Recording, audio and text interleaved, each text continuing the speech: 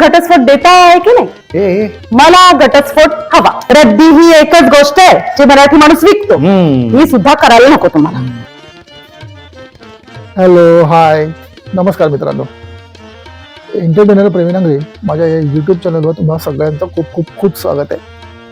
तर मित्रांनो, तुम्हाला तर माहीतच आहे, चला नाटक बघूया ह्या आपल्या सदराखाली आपण रोज एका नवीन नाटकाच्या तालमीच्या ठिकाणी जातोय, त्यांची तालीम बघतोय, त्यांच्या कलाकारांशी बोलतोय, नाटक बघतोय, त्या तालमीची धमाल आपण बघतोय. आजही आपण हे सगळं करणार आहोत, पण त्याआधी एक छोटीशी विनंती. ज्यांनी माझ्या या चॅनलला सबस्क्राईब केलं असेल त्यांचे खूप खूप खूप थँक्स, आणि ज्यांनी अजून सबस्क्राईब नसेल केलं त्यांनी प्लीज प्लीज प्लीज ह्या चॅनलला सबस्क्राईब करा, जेणेकरून हा व्हिडिओ आणि बाकीचे सगळे व्हिडिओ प्रत्येक प्रेक्षकापर्यंत पोहोचेल. हे व्हिडिओ बनवण्याचा मूळ उद्देशच हा आहे की आपले जे कलाकार आहेत, जी नाटकं आहेत राज्य नाट्य स्पर्धेची, ती प्रत्येक नाटक प्रत्येक प्रेक्षकापर्यंत पोहोचेल.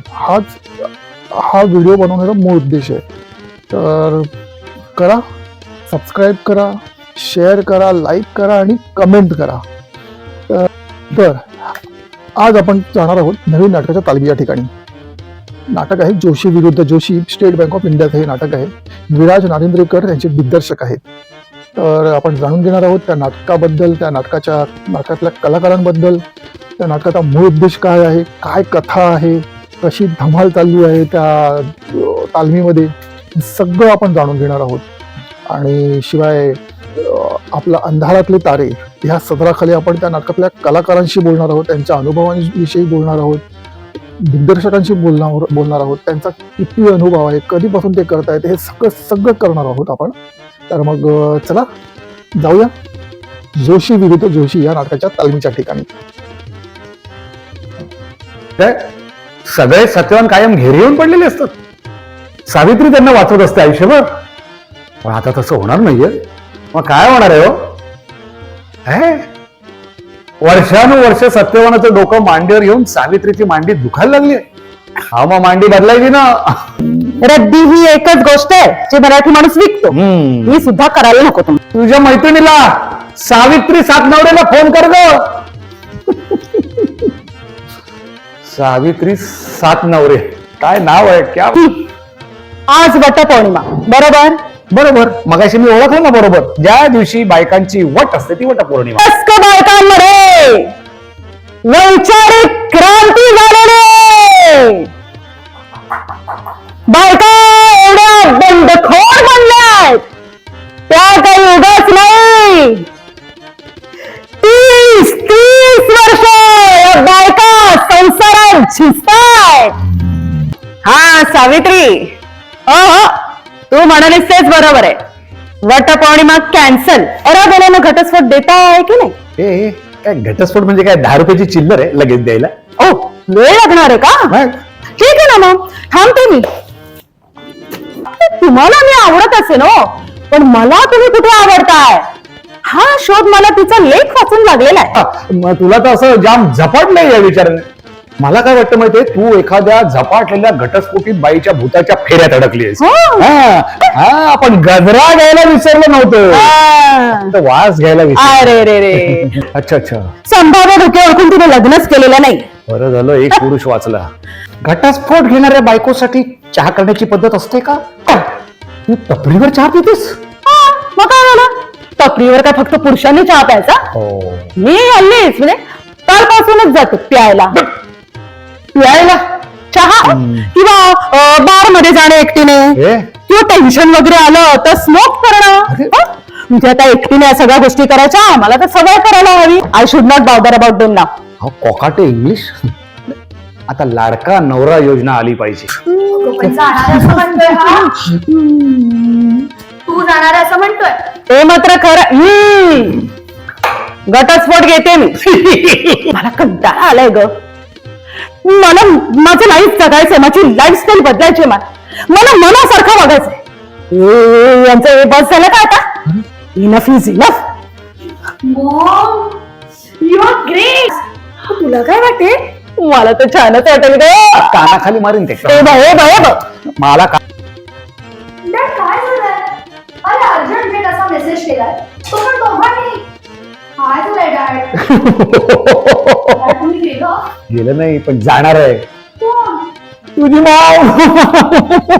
बस ना. जी ले अपनी जिंदगी सिमरन. Sorry sorry sorry.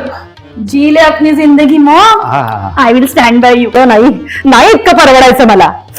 हो, मी कोणा टाटा बिर्लाची बायको नाही. एका साध्या सुध्या गरीब बिचाऱ्या जोशी बाबूची बायको आहे. ती सुद्धा घटस्फोट घेऊन एकटी राहणार आहे. By the way, happy divorce.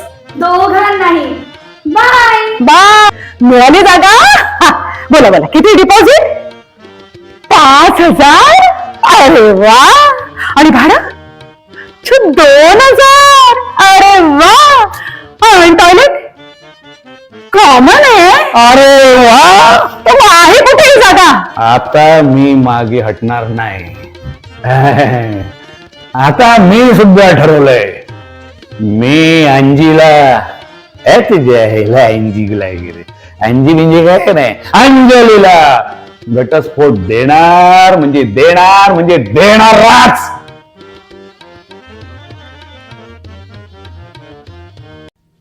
आता आपल्या बरोबर आहेत जोशी विरुद्ध जोशी या नाटकाचे सर्वे सर्वा दिग्दर्शक विराज सर. नमस्कार. विराज सर, काय सांगाल? पहिलं तर सांगा की कधीपासून तुम्ही या क्षेत्रामध्ये आहात? स्टेट बँक ऑफ इंडियामध्ये आम्ही 2008 ला लागलो. तर 2009 पासून ऍज अ आर्टिस्ट म्हणून काम करतोय. म्हणजे आमचे जे पहिले अगोदरचे दिग्दर्शक रामकृष्ण पार्टे, नारायण जाधव या सगळ्यांबरोबर आम्ही ऍज अ आर्टिस्ट म्हणून काम केलं. मग त्यांच्यामधूनच आम्हाला शिकत शिकत शिकत आता 2-3 वर्षापूर्वी आम्हाला संधी मिळाली की तुम्ही दिग्दर्शन करून ऍज अ पुढे ही परंपरा चालवा, असं झालेलं आहे. पण आधी लहानपणीपासूनच गणेशोत्सवापासूनच सगळ्यांची सुरुवात होते. तर तसंच माझी सुरुवात 4थीला असल्यापासून गणेशोत्सव मधूनच चालू झालेली आहे. मुळात गिरगावचा असल्यामुळे त्या चाळींमध्येच वाढलो आहे. तर त्यामध्येच सगळ्यांची सुरुवात होते, तशी माझी सुरुवात तशीच झालेली आहे. एक गिरगावकर म्हणून म्हणजे ती संस्कृती मुळातच रुजलेली आहे. हो, मुळात रचलेली आहे. बोलतो ना, बाळ करून मिळालेलं असतं तसं हो, हो. कर्म घेऊनच ते आलेली आहे. हो हो हो हो हो. तर काय सांगाल ह्या नाटकाबद्दल? काय सांगाल? मुळामध्ये पहिलं तर मी विचारेन की ही संहिता निवडायचं कसं काय आलं? म्हणजे एक 4-5 संहिता घेतल्या त्याच्यानंतर आलं किंवा पहिल्यांदाच तुम्हाला वाटलं की नाही हेच करायचं? नाही, बघायला गेलं तर आम्ही 3-4 वर्षापासून एक म्हणजे राज्यनाट्य स्पर्धेला जी संहिता असते, म्हणजे थोडस आपल्याला काय म्हणतात, मेसेज पण द्यायचा आहे, मेसेज द्यायचा आहे, पुन्हा मनोरंजन पण करायचं आहे. नाही, मनोरंजन असं नाही, एक ठोकताळ्यामध्ये असते. म्हणजे राज्यनाट्य स्पर्धेची एक संहिता असते एक प्रायोगिक. की प्रायोगिक नाटक, पुन्हा काही ना काहीतरी असे सोलोलोकी, डायलॉग बाजी अशी असते. कुठल्याही राज्यनाट्य स्पर्धेचं असं म्हणजे असं हसवणारं नाटक किंवा हसत हसत काहीतरी संदेश देणारं नाटक असं कमी असतात. तर यावेळेला आमचा हा प्रयत्न आहे की आम्ही हसत हसत संदेश तर देणारच, कारण का ते राज्यनाट्याचं मूळ आहे की काही ना काहीतरी एक मेसेज द्यायलाच पाहिजे तो. आणि त्या संहिता तशाच लिहिलेल्या असतात. आणि मुळात लेखक हे स्टेट बँक ऑफ इंडियाचे आहेत. त्यांनी आधीपासून चांगल्या चांगल्या संहिता दिलेल्या आहेत. लेखक रवींद्र भगवते यांचं डबल लाईफ वगैरे एक नाटक होतं. म्हणजे बऱ्याचशा संहिता यांना माहिती आहेत. लेखक चांगले आहेत, त्यांचंच नाटक आम्ही निवडलं आणि ते मुळात स्टेट बँक ऑफ इंडियाचे आहेत. त्यामुळे नाही, खरंच म्हणजे प्रेक्षकांना मी सांगेन की तुम्ही हे नाटक बघाल तेव्हा तुम्हाला असं वाटेल की एक व्यावसायिक नाटक मी बघतोय. हो, इतकं छान परीने एकदम लिहिलेलं नाटक आहे. प्रत्येक वाक्य, प्रत्येक जागा ज्या आहेत, जागा त्याचा अर्थात तुम्ही बसवलेल्या आहेत, त्यासाठी खूपच खूपच तुम्हाला हे धन्यवाद म्हणेन प्रेक्षकांकडून की एवढं छान पद्धतीने आम्हाला बघायला मिळणार आहे सगळ्या गोष्टी. नाही, मुळात कसं झालं की जे कलाकार आता तुम्ही जर बघितलेत, म्हणजे त्या संहितेला जे जे आर्टिस्ट, जे कलाकार मिळालेले आहेत ते त्या वयाचे आहेत. त्या वयाचे आम्हाला, म्हणजे माझं नशीब की जवळपास 90% काम ते कलाकार कास्टिंग मिळाल्यानेच झालेलं आहे. आणि प्रत्येकाच्या घरातलं वातावरण जसं असतं तसंच असतं.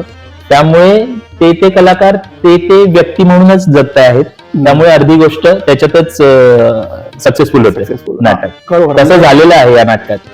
नाही, प्रत्येक जण त्या कॅरेक्टरचं काम ते तेवढं त्या ह्याच्यातच करतात. तुम्ही म्हणालात तसं खरंच आहे की कलाकार त्या रोलला साजेसा मिळाला की अर्ध काम तर आपलं तिथेच झालं.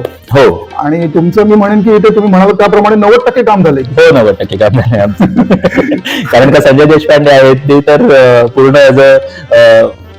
नाटक मारून नेतात. हो. पुन्हा त्याच्याबरोबर शब्दुली मॅडम आहेत, त्या शब्दुली मॅडम पण त्यांनाच त्यांच्या तोडीस तोड एक काम होत आहे. कमी नाही पडत आहेत त्या.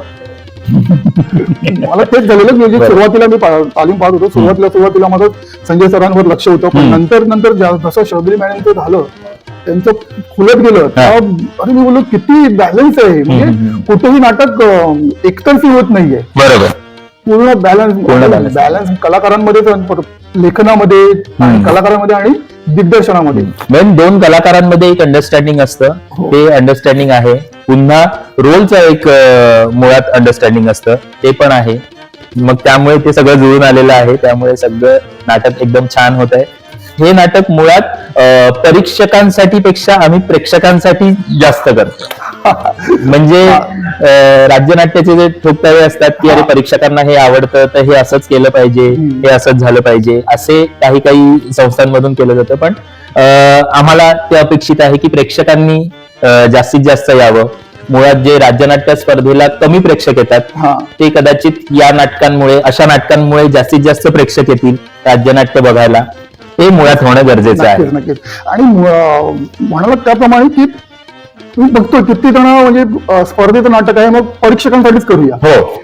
पण नाटक किंवा एखादी कलाकृती जी आहे, नाटक, सिनेमा किंवा अजून शॉर्ट फिल्म वगैरे, ती प्रेक्षकांपर्यंत त्याच्यामध्ये जो मेसेज असतो तो प्रेक्षकांपर्यंत पोहोचला पाहिजे.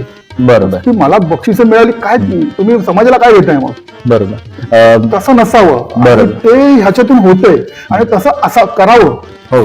कसं आहे की लेखक रवींद्र भगवत यांनी तशा पद्धतीने लिहिलंय. मुळात घटस्फोट हा गंभीर विषय आहे. म्हणजे म्हणजे आणि आता हल्ली घटस्फोट तर पाश्चात्य संस्कृतीमुळे तो नॉर्मलाइज झाल्यासारखा झालेला आहे. पण तसं न होता तो गंभीर विषय हा गंभीर पद्धतीने पोहोचवण्यापेक्षा गंभीर विषय हा विनोदी पद्धतीने पोहोचवून त्याच्यातलं मूळ जे कारण आहे ते बाहेर काढलंय. आणि त्या म्हणजे नवरा बायकोच्या नात्यात ज्या गोष्टी असायला पाहिजेत, म्हणजे आपण स्त्री पुरुष समानता म्हणतो, मग ती समानता नसताना म्हणजे आम्हाला असं त्या याच्यातून अपेक्षा आहे की स्त्री पुरुष पूरकता आहे. म्हणजे जिथे तू नाहीस तिथे मी आहे, जिथे मी नाही तिथे तू आहेस, असं आहे. कित्येकांना वाटतं की ही नसली तर काय फरक पडणार आहे मला, हा नसला तर मला काय फरक पडणार आहे आता. पण ते दोघं असणं गरजेचं आहे, मगच 100% होतं. हो. आणि तुम्ही म्हणालात त्याप्रमाणे म्हणजे मी एक नाटक केलं होतं तुझ्या मेरी किरण म्हणून. त्या नाटकामध्ये पण असंच विषय गंभीर होता, पण फुल म्हणजे थ्रूआउट शेवटच्या 15 मिनिटापर्यंत आम्ही लोकांना हसत खेळत ठेवलेलं. आणि जी शेवटची 15 मिनिटं होती हसत पूर्ण थिएटरवर कल्लोळ चालला होता प्रेक्षकांचा. पण जी शेवटची 15 मिनिटं होती ती एकदम पिन ड्रॉप सायलेन्स होता आणि त्यामुळे प्रेक्षकांना ते जास्त भावलं आणि जास्त तो मेसेज जो होता तो प्रेक्षकांपर्यंत पोहोचला. बरोबर. तेच काहीच इथे होताना मला दिसतंय.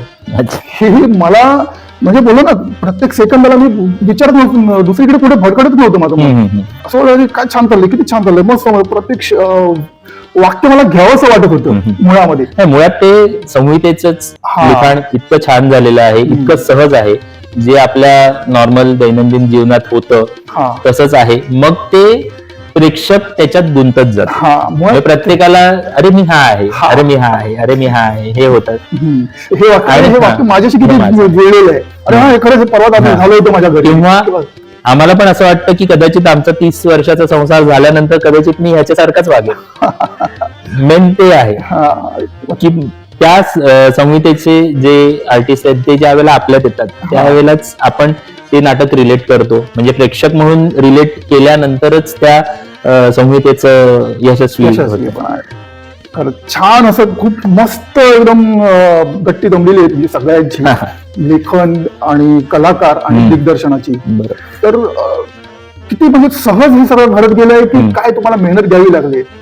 कारण की आपल्याला प्रेक्षकांना सगळं छान छान समोर दिसत असतं, पण त्याच्या मागे जे दिग्दर्शकाचं जे झालेलं असते हालत, जी तारेवरची कसरत असते, ती कसरत तुम्हाला किती करावी लागली.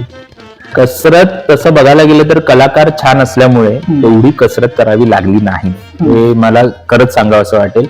पण तेच आहे की प्रत्येक रोलचं अंडरस्टँडिंग जे म्हणजे कलाकाराला काय समजलं आणि दिग्दर्शकाला किंवा लेखकाला काय म्हणायचंय हे एकदा एकमेकांचं चांगलं बोलणं झालं, चांगलं अंडरस्टँडिंग असेल तर आपोआप खुलत जातं ते, आपोआप होतं ते. आणि कसं आहे की प्रत्येकाचा वेळ म्हणजे आता सगळेच वर्किंग आहेत, तर तेवढा वेळ त्या ह्याला मिळणं, तेवढा वेळ देणं, प्रत्येकाचा संसार आहे तर त्या संसारातून वेळ काढून याचं करणं हे त्यांनी केलेलं आहे. म्हणजे ते काय म्हणणार म्हणजे काय सांगणार म्हणजे मी तर म्हणेन की प्रेक्षकांनी आवर्जून हे नाटक पाहिलं पाहिजे. म्हणजे जर शक्य झालं असतं तर प्रत्येक प्रेक्षकाला मी खेचत आणलं असतं थिएटर. नाही ते आता तुमचा व्हिडिओ बघून बरेच जण प्रेक्षक येतीलच. खरं म्हणजे एक व्यावसायिकचं तुम्हाला नाटक बघायला मिळणार आहे आणि ते सुद्धा फक्त 15 रुपयामध्ये. हा बरोबर. नाटकाची जी स्पर्धा असते ती फक्त 15 रुपयामध्ये नाटकं, छान छान नाटकं तुम्हाला बघायला मिळतात आणि वेगवेगळ्या विषयाची नाटकं बघायला मिळतात. खरंच मी म्हणेन की हे नाटक बघा तुम्ही. विराज सर, ह्या नाटकासाठी आणि ह्या नाटकाच्या प्रयोगासाठी आणि पुढच्या सगळ्या प्रयोगांसाठी तुम्हाला खूप खूप खूप शुभेच्छा. थँक्यू.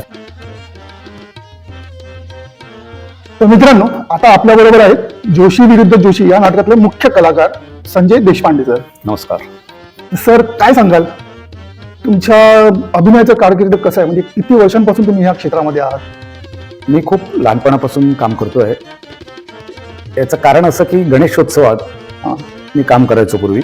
आमचे ते प्रदीप कबरे हे माझ्याच एरियात राहायचे, त्यामुळे छोटे मोठे रोल मी करत आलो. त्यानंतर जेव्हा बँकेत मी लागलो तेव्हा बँकेतर्फे बऱ्याच ॲक्टिव्हिटीजमध्ये मी भाग घेतला. त्यामुळे अंदाजे असं म्हणायला हरकत नाही की गेले 30 वर्ष तरी मी या क्षेत्रात आहे. खूप छान सर. आणि तुमचा सर अनुभव हा दिसत होता मला स्टेजवर. म्हणजे जे तुम्ही आता मी बघितली तालीम, तुम्ही मधले जे वन लाईनच होते जे खरोखर म्हणजे अशोक शराफ, लक्ष्मीकांत बेर्डे किंवा सचिन आणि आता भरत जाधव, फक्त त्यांना शक्य आहे आणि त्यांच्या तोंडूनच हे चांगलं वाटतं जे आज मला नंतर त्यांच्यानंतर तुमच्याकडून छान वाटत होतं. त्याचं क्रेडिट आमच्या दिग्दर्शकाला आहे की त्यांनी त्यातल्या काही जागा शोधल्या आणि त्यांनी सांगितलं इथे प्रॉपर असं, तर मी त्यांना ते क्रेडिट देतो.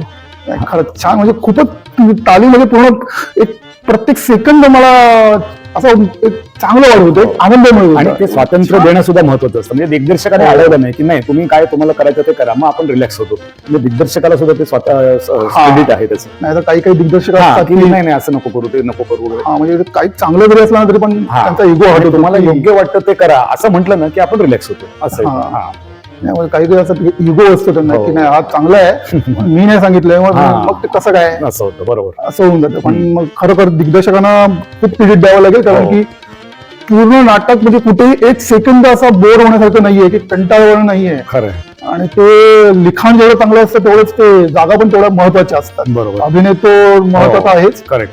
तर सर काय सांगाल ह्या नाटकाबद्दल? काय सांगाल? हे नाटक आहे खरं म्हणजे वाटतंय ते कॉमेडी, पण त्याच्यातला जो विचार आहे तो खरंच खूप गंभीर आहे. म्हणजे जर महिलांच्या दृष्टीने विचार केला तर ही समस्या घरोघरी आहे. या बाईचं लग्न होऊन 25-30 वर्ष झाली आहेत किंवा जिच्या संसाराला 30 वर्ष झाली आहेत, 25 वर्ष झाले आहेत, अशा प्रत्येक बाईचं हे नाटक आहे. त्यांना त्यातले सगळे मुद्दे पटतात आणि त्या दृष्टीने म्हणजे हा जो नवरा आहे तो जरी ते हलक्यात घेत असला तरी त्यालाही मनामध्ये ते आहेच की नाही हिच्याशिवाय घर नाही, ही जर गेली तर आपल्या घराला काही नाही अर्थ. म्हणजे हा एक खूप मोठा मेसेज आहे. आता तो आम्ही कसा तिथे पोहोचवतोय किंवा लोकांपर्यंत पोहोचतोय का, मला वाटतं तो पोहोचेल.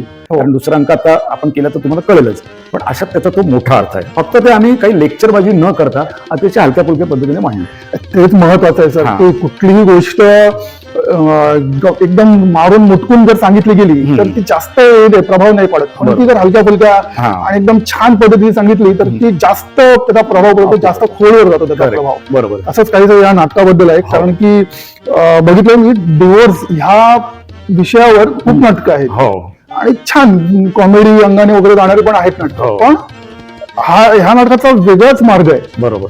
म्हणजे जशा एका गोष्टीला पायवाटा जास्त असं 10, तसंच त्यातली ही एक पायवाट वेगळी आहे. आणि ह्या पायवाटीने जाताना प्रेक्षकांना खूप मजा मजा येणार, येणार. खूप छान वाटणार आहे, हे तर नक्कीच आहे. बरोबर.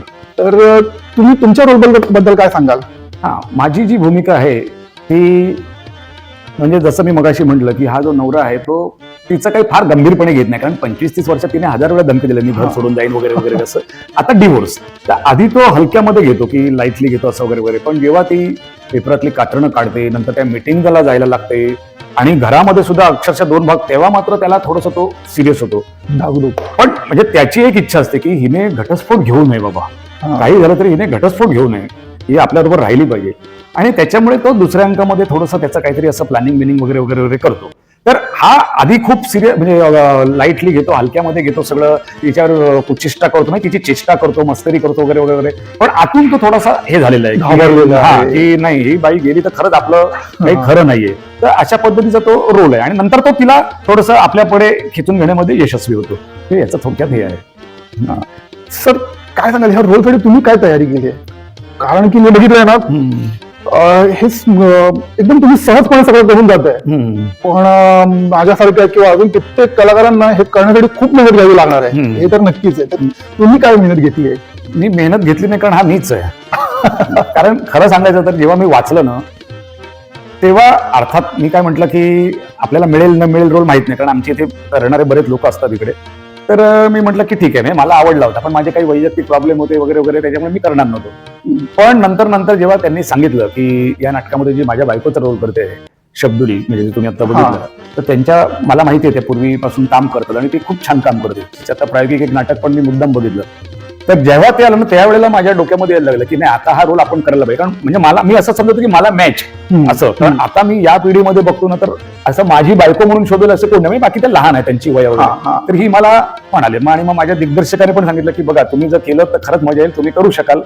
मग एका क्षणी मी म्हटलं की ठीक आहे, मी करायला तयार आहे. आणि मग बाकीचं अशा पद्धतीचा रोल, अशा पद्धतीतले रोल मी पूर्वी केलेले आहेत, मला ते माहिती आहे, नाही असं नाही. त्याच्यामुळे मग मला ते फार काही त्याचं हे करावं लागलं नाही. मी घरामध्ये जसं आहे तसंच मला इथे आता करायचंय. मी जसं घरात पसारा करणारा, हे करणारा, ते करणारा असं. नाही, छान सर. आणि कदाचित माझं वैयक्तिक मत आहे की दिग्दर्शकांचं वेगळं असू शकेल काही, पण कदाचित ह्या रोलमध्ये जर तुम्ही नसतात तर कदाचित एवढी मजा आली नसती. आता दिग्दर्शक जास्त सांगू शकतील, अजून त्यांच्याकडे कलाकार आहेत, त्यांची शैली त्यांना माहित असेल. पण मी जेव्हा बघितलं तेव्हा खरंच असं वाटलं की ह्या रोलमध्ये तुमच्या विषया व्यतिरिक्त दुसरा कोणी करू शकत नाही. नाही, मी स्वतः बघितलेले असे आहेत आमच्याकडे. आता तेच मी तुम्हाला जो पहिल्यांदा करतो ना, आता समजा 4 दिवस कोणी एखादी रिहर्सल केली असती आणि नंतर मला बोललं असतं, तर कदाचित माझ्याकडनं पण म्हणजे ते इम्प्रेशन लोकांच्या डोक्यात बसतं ना, असं असतं. ते असं काही नाही, करू शकतात कोणी वेगळ्या पद्धतीने, आणखीन कोणीतरी करू शकतो. एखादा माणूस दिसायला चांगला असेल, जरा त्याची पर्सनॅलिटी वगैरे, एक वेगळ्या पद्धतीचा रोल होऊ शकतो. नाही, पण ह्या रोलमध्ये तुम्ही बोलता ना, दिसण्यावर तुम्ही मात करून टाकलेली आहे. नाही, मला दिसण्यावर नाही, म्हणजे तुम्ही म्हणताय की काय हँडसम वगैरे असं काहीच नाही, तुम्ही पूर्ण हँडसम एकदम दिसताय. ते आहेच. तुमच्यापेक्षा जास्त हँडसम ह्या रोलमध्ये कोण दिसतच नाहीये, दिसणारच नाही, असं झालेलं आहे. बरोबर. सर, खरंच ह्या प्रयोगासाठी आणि ह्याच्या पुढच्या सगळ्या प्रयोगांसाठी खूप खूप शुभेच्छा तुम्हाला. खूप खूप धन्यवाद सर, खूप छान, thank you very much. Thank you sir. तर मित्रांनो, आता आपल्या बरोबर आहेत शब्दुली सुतार. तर मॅम, काय सांगाल, कधीपासून आहात या क्षेत्रामध्ये, अभिनय क्षेत्रामध्ये? कधीपासून असं मी सांगू शकत नाही, कारण कसं आहे, लग्नाच्या आधी सोसायटीमध्ये गणेशोत्सव किंवा शाळा कॉलेजमधून अनेक स्पर्धा, आणि नंतर SBI ला जेव्हा मी जॉईन झाले स्टेट बँक ऑफ इंडियामध्ये, तेव्हा सुद्धा पहिली 3 वर्ष मी नाटकातून SBI तर्फे भाग घेत होते. पण अर्थात लग्नानंतर हळूहळू हे सगळं बंद पडलं.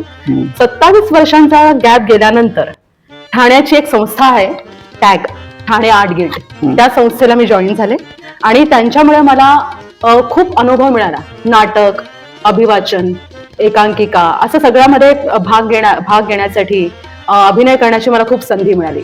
तर गेल्या 3 वर्षांपासून मी या क्षेत्रात खूप चांगल्या प्रकारे सक्रिय आहे. नाही, खरंच. आणि प्रेक्षकांना मी सांगू इच्छितो की मी जेव्हा आलो इथे तेव्हा मॅम त्यांच्या एका मैत्रिणीला, तिला स्पर्धेमध्ये पारितोषिक मिळाल्याबद्दल शुभेच्छा देत होते. तर मी म्हणून मॅम की हे नाटक झाल्यानंतर ह्या स्पर्धेचा जेव्हा निकाल लागेल तेव्हा तुम्हाला कशी फोन येणार आहेत हे नक्की आहे. देवाची कृपा आहे. कसं होईल किंवा न होईल ही पुढची गोष्ट आहे, पण आमच्या डिरेक्टर सरांनी सांगितलं त्याप्रमाणे आम्ही खरोखरच आनंद घेऊन हे नाटक करतोय. म्हणजे स्पर्धा ही वेगळीच गोष्ट आहे पूर्णपणे. त्याच्यासाठी आम्ही पूर्ण तयारी करतोच आहोत. मात्र आम्ही आणि प्रेक्षकांनी सुद्धा आनंद घेण्याचे हे नाटक आहे. नाही खरंच म्हणजे तुम्ही जेवढा आनंद घेताय त्याच्यापेक्षा जास्त प्रेक्षक आनंद घेणार आहेत ह्या पूर्ण अनुभवाचा. खूप छान असं चाललेलं आहे. म्हणजे एक एक सेकंड बघत बसावं असं वाटतं. कुठेही एक नजर असं चोरून किंवा मोबाईलमध्ये काही नाटकं होतात की अरे हा चाललंय सीन, ठीक आहे आपण बघूया मेसेज काय आलाय किंवा काय. कारण या नाटकाचं लिखाण त्याचबरोबर दिग्दर्शन आणि माझे सहकलाकार देशपांडे सर याच्यामुळे सुद्धा हे या नाटकाला उठाव आहे. खूप छान पद्धतीने नाटक बसवलं गेलेलं आहे. खरंच म्हणजे जर नाटकाचं लेखन आणि दिग्दर्शन आणि कलाकार हे त्रिकूट जर जमलं तर काय होऊ शकतं. जमते तर काय होऊ शकतं हे नाटक तुम्हाला दाखवून जाणार आहे. तर प्रेक्षकांना विनंती आहे खरंच तुम्ही बघा हे नाटक. तर मॅम काय सांगाल ह्या नाटकाबद्दल काय सांगाल.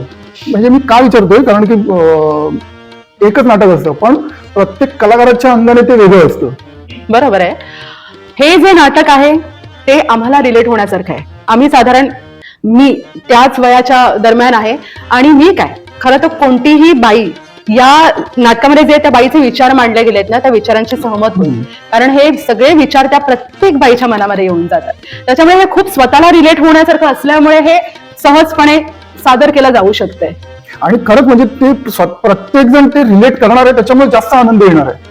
आणि ते मी बघताना पण मला असं होत होतं की अरे किती म्हणजे रोजच्या ह्याच्यातलं आपलं हे खरोखर आहे. किंबहुना मी हेही सांगेन की हे नाटक फक्त माझ्या वयाच्या लोकांनी नाही किंबहुना ज्यांचं नुकतं लग्न झालं त्यांनी सुद्धा बघावं. त्याचं कारण हे आहे घटस्फोटाची वेळ येईपर्यंत वेळच येऊ द्यायची नाही. हेच शिकवणारं हे नाटक आहे. ती वेळ येऊ नये म्हणून तुम्ही काय करायला हवं, ते सहजीवन कसं असायला हवं, त्याच्यामध्ये काय ऍडजस्टमेंट असली तरी ती रंगतदार कशी असावी हे नाटक शिकवतं. खरंच मी म्हणजे म्हणतात ना की समाज नाटक किंवा कुठलीही कलाकृती एक समाजाचा आरसा असतो. तर हे नाटक खरंच ते आरसा दाखवण्याचं काम करते की तुम्ही आता जे प्रमाण वाढतंय डिवोर्सचं तर ते कमी करण्यासाठी किंवा त्यातल्या चुका सुधारण्यासाठी खरंच लोकांनी हे नाटक बघितलं पाहिजे. म्हणजे उगाच तरुणांना लेक्चर बाजी देऊन काय उपयोग नाही, कॉमेडी अंगाने शिकवता येईल. तर तुमच्या रोल बद्दल काय सांगाल या नाटकातल्या. हा नाटकातला रोल अर्थातच संजय सर आहेत म्हणून मी खूप खुश होते. कारण आम्ही खूप पूर्वी एकत्र काम केलेलं आहे त्यामुळे ट्युनिंग माहीत आहे एकमेकांचं. आणि नाटकाची ही गोष्ट मजेदार आहे.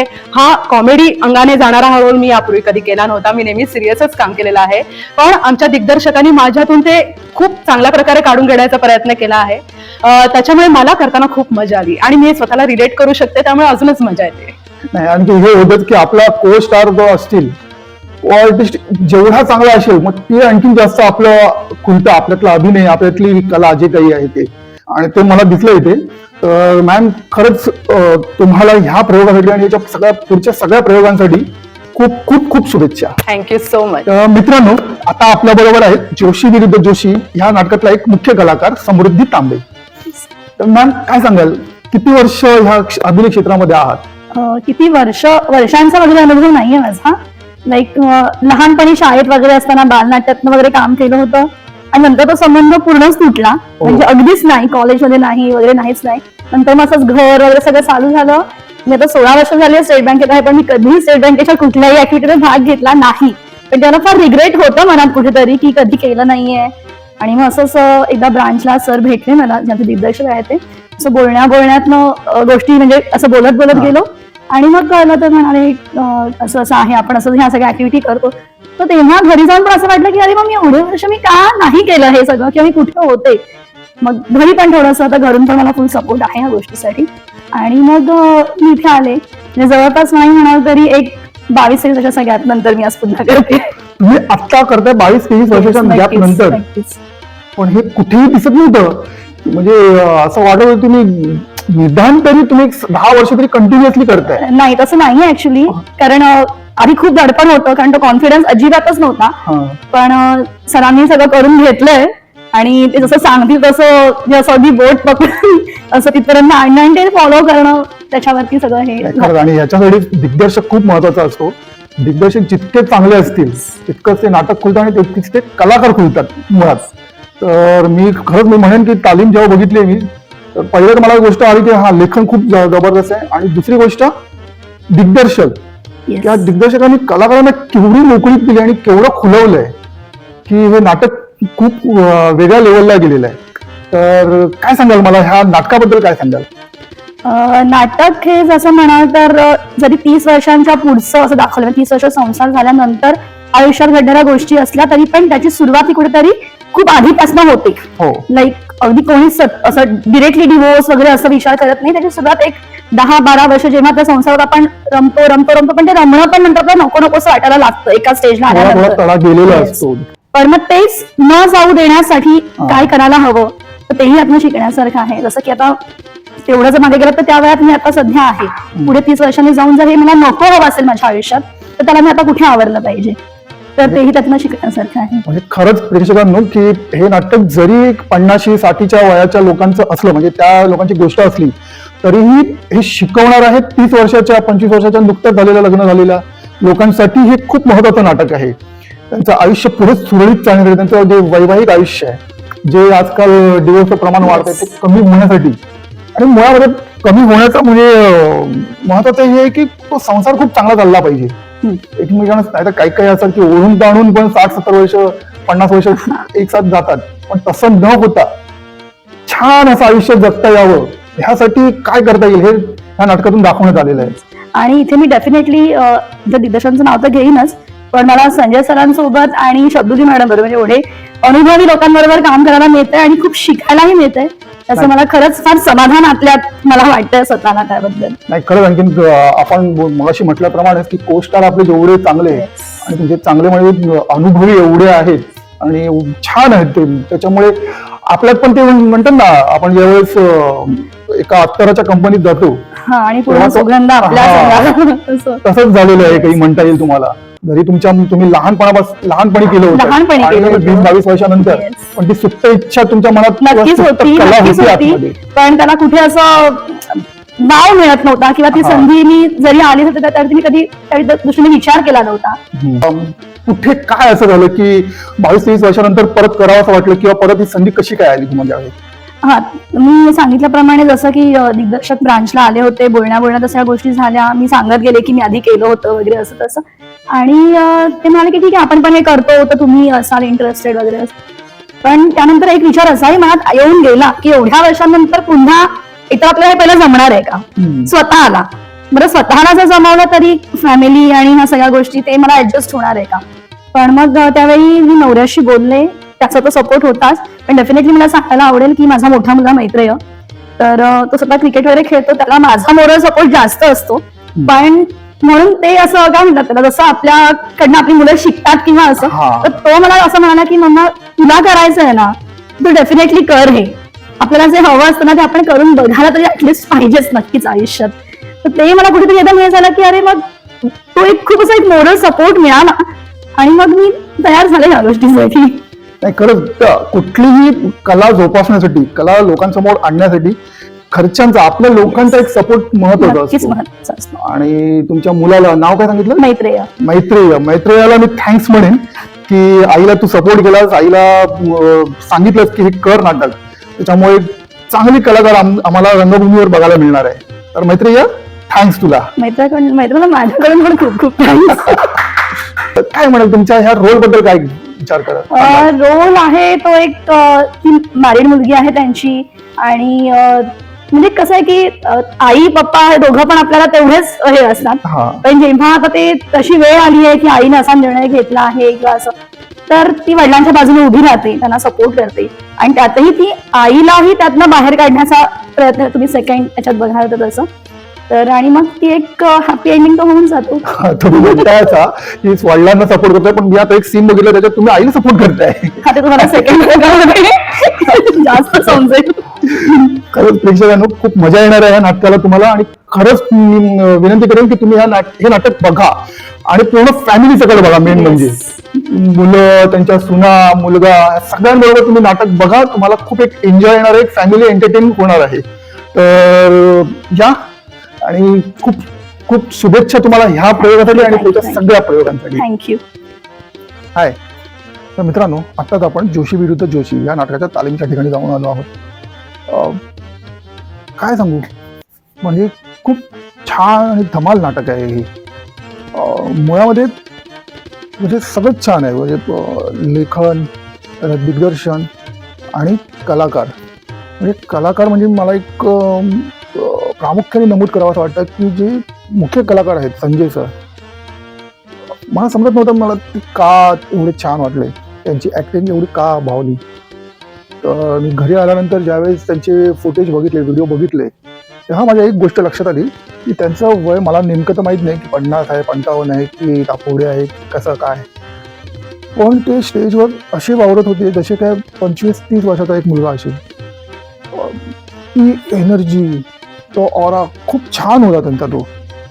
म्हणजे म्हटलं की 90sचे जे मराठीमधले मूवीज होते त्याच्यामध्ये जो एक वन लाईनिंगचा ट्रेंड होता, मध्येच एक वाक्य बोलून टाकायचं, ते खूप छान वाटायचं. आणि ते आताच्या फिल्ममध्ये कदाचित आपल्याला मिस होत आहे आणि म्हणूनच आपल्याला ते जास्त भावत नाही कदाचित मराठी पिक्चर.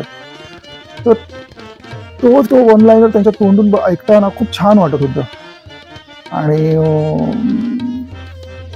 महत्त्वाचं म्हणजे एक योगायोग चांगला जुळून आलाय की तुम्ही बघितलं असेल की 5 तारखेला यशवंत नाट्य मंदिरमध्ये तळघर हे नाटक उदालं आणि 8 तारखेला हे नाटक आहे जोशी विरुद्ध जोशी आणि 9 तारखेला लगेचच विकेट किपर हे नाटक आहे. आणि ह्या तिन्ही नाटकांचा विषय एकच आहे, डिवोर्सचा. पण तुम्ही जर तिन्ही नाटकं बघाल तर तिन्ही नाटकं वेगवेगळ्या धाटणीची आहेत. म्हणजे विषय एकच आहे पण सांगण्याची पद्धत लेखकाची, दिग्दर्शकाची आणि कलाकारांची खूप वेगळी आहे. त्याच्यामुळे तुम्हाला जरी वाटत असेल की मी एकाच विषयावरचं नाटक बघतोय तरीही ते 3 नाटकं वेगळी आपलं अस्तित्व टिकवून ठेवतात एवढं नक्की आहे. पण खरोखर हा योगायोग म्हणावा लागेल की एकाच विषयाची नाटकं सलग 3 दिवस लागत आहेत. पण तरीही तुम्हाला मजा येणार आहे हे नाटक बघताना. तर खरंच तुम्ही हे नाटक बघा, तुम्हाला खूप काही मिळणार आहे, खूप काही शिकायला मिळणार आहे, खूप काही आनंद मिळणार आहे या नाटकातून. तर आणि हे सगळं तुम्हाला फक्त 15 रुपयात मिळणार आहे. कारण की राज्य नाट्य स्पर्धेच्या सगळ्या नाटकांची तिकीट फक्त 15 रुपये आहे. तेव्हा अजिबात ही संधी मिस करू नका. तुमच्या घरच्यांना, तुमच्या आजूबाजूच्यांना, शेजारच्यांना, मित्रमैत्रिणींना सगळ्यांना घेऊन ह्या नाटकाला जा. कारण की हे नाटक खरंच फॅमिली नाटक आहे. आणि जसं आपण आता कलाकारांशी बोललो त्यानुसार नुकतंच जरी ही कथा 60-65 वर्षाच्या म्हणजे 30 वर्ष लग्न झालेल्यांची आहे असली तरीही 25-30 मधल्या नुकत्याच लग्न झालेल्या जोडप्याची सुद्धा आहे ही कथा. त्यांच्यासाठी ही तितकीच महत्त्वाची आहे ही गोष्ट. तर बघा, खूप धमाल आहे. या कधी 8 डिसेंबर 2025 रोजी संध्याकाळी ठीक 7 वाजता यशवंत नाट्य मंदिर माटुंगा येथे. तर मग या, भेटूया. तोपर्यंत बाय बाय.